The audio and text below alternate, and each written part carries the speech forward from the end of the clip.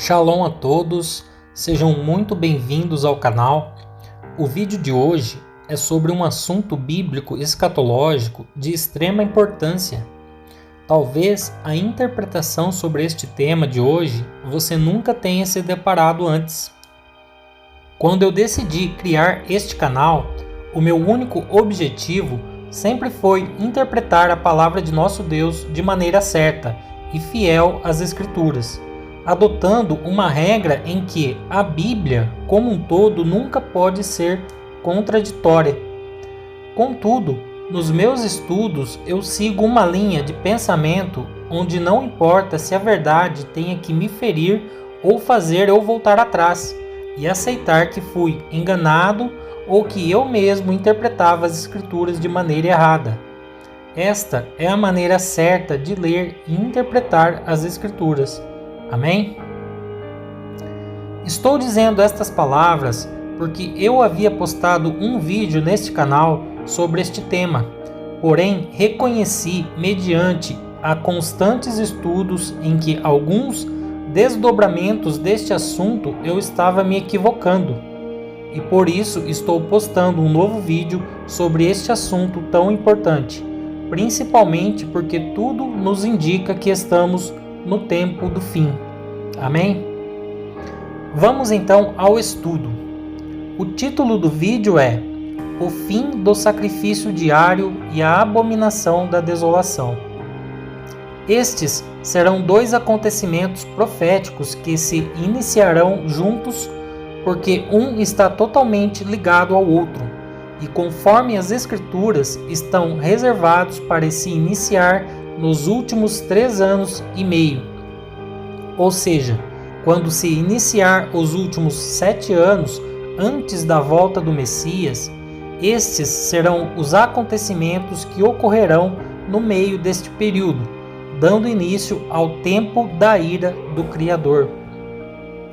Vamos então entender o que seria a abominação da desolação e o sacrifício diário, que são duas coisas que estão ligadas uma na outra. Para começar a falar sobre este assunto, é muito importante que você entenda que parte deste evento ocorreu também no passado, quando Antíoco Epifânio IV profanou o templo no ano de 168 a.C. E este registro histórico é muito importante para que você entenda sobre as profecias das 2.300 tardes e manhãs, que são 2.300 dias literais, e que eu postarei um vídeo sobre este tema, para que você entenda tudo de uma maneira melhor. Como sabemos, o próprio Messias, em Mateus 24, Marcos 13 e Lucas 21, nos profetizou sobre este assunto e que seria um acontecimento reservado para o futuro, ou seja, para acontecer na grande tribulação. Então disse para seus discípulos: Quando virdes o abominável da desolação, do qual falou o profeta Daniel no lugar santo, quem lê entenda. Ou seja, podemos tirar aqui destas palavras de nosso Salvador informações de extrema importância para a compreensão da abominação da desolação. A primeira é que devemos ler o livro de Daniel, e a segunda é que acontecerá no lugar santo. Vamos então ver o que diz o livro de Daniel no capítulo 8, versículo 11. Eu separei este versículo como chave para este estudo, mas os capítulos 9, 11 e 12 de Daniel também falam sobre esta profecia. Ok, pessoal? O versículo 11 de Daniel, capítulo 8, diz assim: Tanto cresceu que chegou a desafiar o príncipe do exército, suprimiu o sacrifício diário oferecido ao príncipe e o local do santuário foi destruído. Primeiras observações. Quem cresceu? No contexto deste capítulo, Daniel estava tendo uma visão sobre os impérios Medo-Pérsia e o Império Grego. E no Império Grego, que surgiria depois do Império Medo-Persa, surgiria um chifre pequeno, que iria praticar a abominação da desolação e tiraria o sacrifício diário do povo de Deus e destruiria o santuário. Em todo o livro de Daniel, todas as vezes que aparece a expressão chifre pequeno, estava se referindo àquele que profanaria o templo de Deus, ou seja, aquele que cortaria ou tiraria o sacrifício diário e causaria a abominação da desolação. Este também conhecemos como Anticristo. Vamos entender agora o que seria sacrifício diário e a abominação da desolação.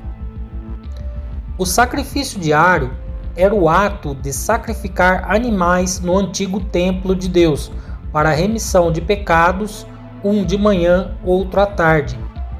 E a abominação da desolação significa a destruição e profanação deste templo sagrado de Deus, onde ficava os santos dos santos e a arca da aliança, que representava a presença de Deus na terra.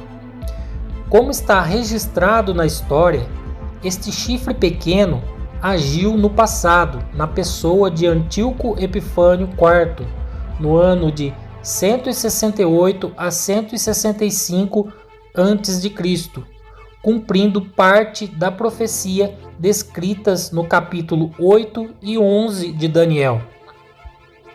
Antíoco Epifânio profanou o templo físico sagrado de Deus, matou muitos judeus, proibiu o Shabá, proibiu a circuncisão, colocou uma estátua de Zeus no templo e perseguiu o povo de Deus. Ou seja, praticou todas estas coisas abomináveis no lugar que naquela época era santo para os judeus e também para Deus. Tudo isso aconteceu num período de 1080 dias. Antíoco Epifânio profanou o templo exatamente durante 3 anos, até que Judas Macabeus purifica novamente o templo de Deus. Na visão, o anjo diz a Daniel que o templo ficaria profanado durante 2.300 tardes e manhãs, ou seja, 2.300 dias, porque cada dia tem apenas uma tarde e uma manhã, e os sacrifícios eram feitos um de manhã e outro à tarde. Por isso o anjo diz 2.300 tardes e manhãs. E neste tempo, este rei cruel, Antíoco Epifânio, profanou o templo durante exatamente 3 anos, que são 1080 dias ou 1080 tardes e manhãs. Muitas pessoas interpretam erroneamente estes números para justificar que esta profecia de 2.300 dias já aconteceu. Porém, o próprio anjo diz para Daniel que tudo isso iria se consumar no tempo do fim. Veja o que diz o versículo 17. Quando ele se aproximou de mim, fiquei aterrorizado e caí prostrado. E ele me disse: Filho do homem, saiba que a visão refere-se aos tempos do fim. Ou seja, a visão das 2.300 tardes e manhãs só se cumprirá por completo no tempo do fim. Além disso, o próprio Messias joga este acontecimento para o futuro. Portanto, de uma forma resumida, 1080 dias se cumpriram no passado, restando então 1220 dias para o tempo futuro do fim, na grande tribulação. Desta forma, temos que entender agora como se dará esta profecia nos tempos do fim. O que seria ser tirado o sacrifício diário no tempo do fim? O que seria a abominação da desolação no tempo do fim? Devemos entender que hoje não se pratica mais sacrifícios de animais e também não existe mais um templo físico construído de tijolos por mãos humanas. Isso devido ao fato do nosso Deus enviar seu Filho para pagar esses sacrifícios. O véu que separava a presença de Deus no templo físico se rasgou quando o Messias foi morto por nossos pecados. Isso demonstra que para Ele e mediante Ele temos livre acesso a Deus para adoração e remissão dos pecados. Portanto, o templo, após o sacrifício do Messias, passou a ser o nosso próprio corpo. Como o apóstolo Paulo diz em 1 Coríntios 6,19: acaso não sabem que o corpo de vocês é santuário do Espírito Santo que habita em vocês, que lhes foi dado por Deus e que vocês não são de si mesmos? E da mesma forma, o sacrifício diário é o poder que nos foi dado através do sacrifício do Messias, que se sacrificou e morreu por nós. E mediante isso podemos ter livre acesso a Deus para a remissão dos pecados. Portanto, o fim do sacrifício diário nos tempos do fim significa que nos últimos 3 anos e meio antes da vinda do Messias, o povo de Deus não terá mais o poder dado pelo Espírito Santo por intermédio da morte do Messias, nem tampouco chegar até Deus para a remissão de pecados. Esse poder será tirado do povo santo, por intermédio do anticristo e da permissão de Deus, por causa do pecado do próprio povo de Deus.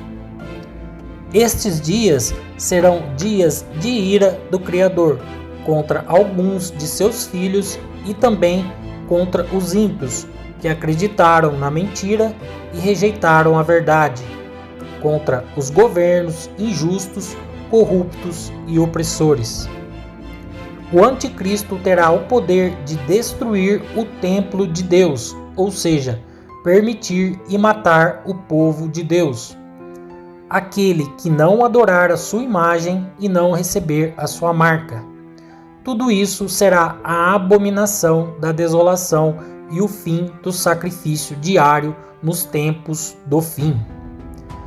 Por isso, a importância de vigiar, orar e guardar os mandamentos de Deus, antes que chegue este dia, ou seja, o dia da ira do Criador sobre a terra.